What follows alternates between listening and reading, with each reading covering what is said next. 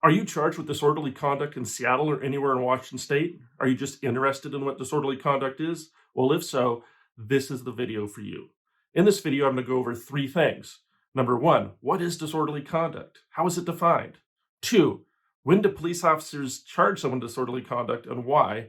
And most importantly, and I'll stay till the end for this, number three is what are some of the best defenses to use in a charge of disorderly conduct?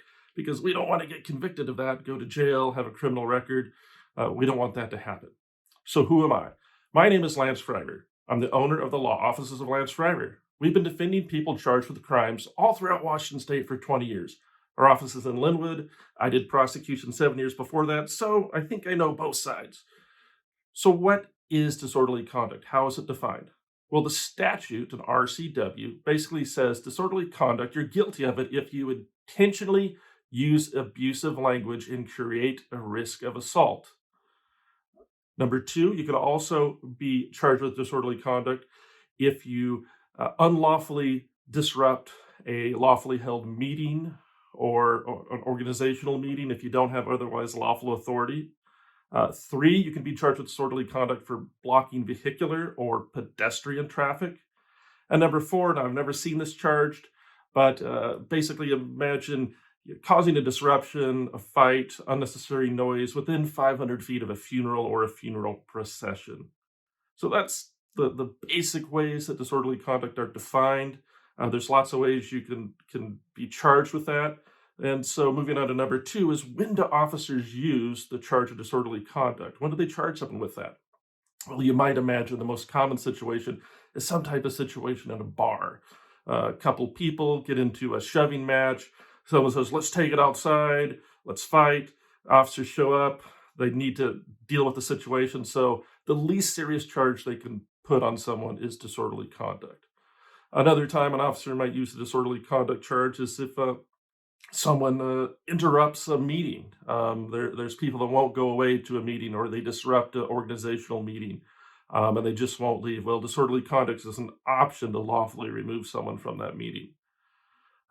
Third time I've seen it charged is people that are protesting and blocking traffic, or just someone that's really confused or having problems and won't let pedestrians or traffic pass by. That's another time that it can be used.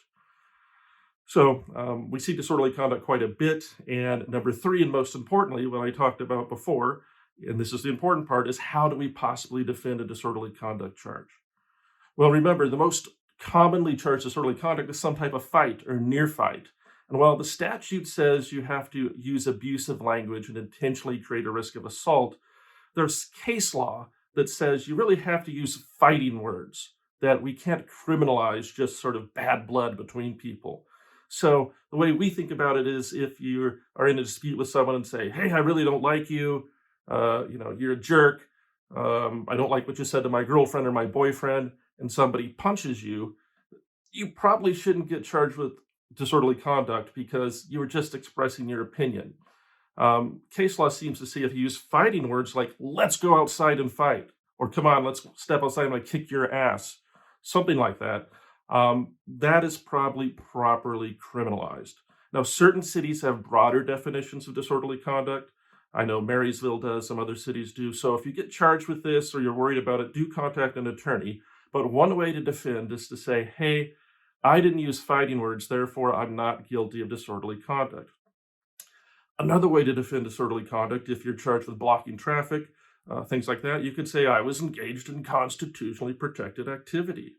And the prosecutor and the law enforcement to look at, what was available, what permits were available, where were you, how reasonable were your actions. And so disorderly conduct is a criminal statute, but it can't trump constitutional provisions. Finally, the third way that we typically defend disorderly conduct is just to point out it was a one-time incident, that while you might have been into a dispute or a fight that you really didn't intend to be, that you've never been in trouble before, maybe alcohol was involved. Sometimes we can have you do an alcohol class and stay out of trouble and hopefully make the charge go away that way. So I hope you found this video useful. If so, please like the video. I guess that helps us. You can always follow our channel. We're always putting out more informational videos. And if you or a loved one is charged with disorderly conduct, just give us a call. Our law office is in Linwood. We've been defending people for more than 20 years. Reach out to us. We'll listen to what happened. We'll hear your side of the story, and we'll be there for you. Thank you.